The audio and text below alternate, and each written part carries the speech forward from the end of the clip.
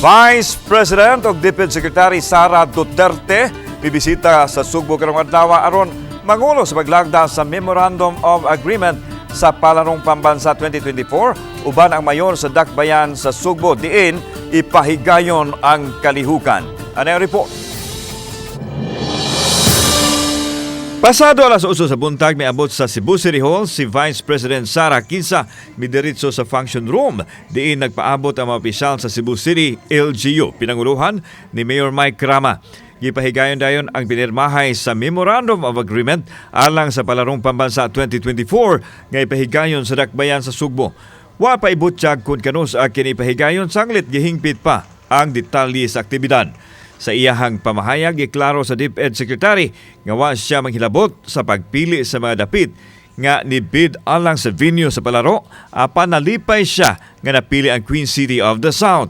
Ang tanak ko, kitsa may nidaugan na sa Cebu. Ay, nakaanag ko, salamat Lord. Thank you, Santo Niño. Daghang salamat. All of us, let's just do it. In the name of City of Santo Niño, we have to be one and we must make it happen and make the Vice President did not make any mistake in helping the city government, helping the province, that we will have this Palarong Pambansa.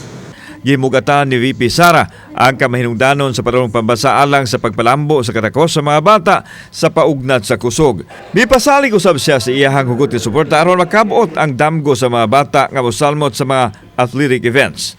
Our primary goal is to equip them with the necessary tools to nurture discipline, resilience, and the indomitable spirit required to pursue their athletic passions. Human sa photo opportunity sa mga opisyal sa Cebu City LGU, mibiya na usab kini ug wa na magpa-interview sa masakop sa media. Samtang masaligon ang Dakbayan sa Sugbo nga mahan ay ra ang tanan nga gikinahanglan sa gikinagdang pagpahigayon sa Palarong Pambansa. Gipangayo sa executive was 200 million and it was approved by the council. Of course, it went to the Sports Commission. The progress is good.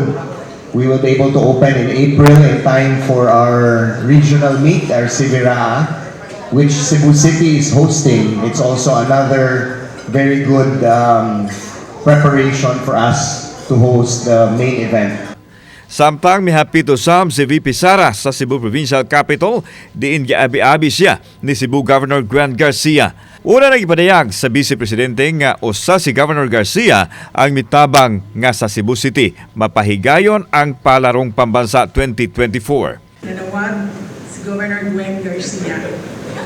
Ana siya sa kwao. Hindi, Sara, ha? Anang mo, yes, go. Ana siya.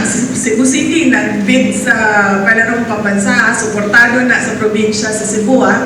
Ikatulo na nga mohos ang Cebu City sa Palarong Pambansa. Una ni adtong 1954, ikaduha ni adtong 1994. Kauban si Clifford Lumayag, ako si Alan Domingo. Balitag Bisdak.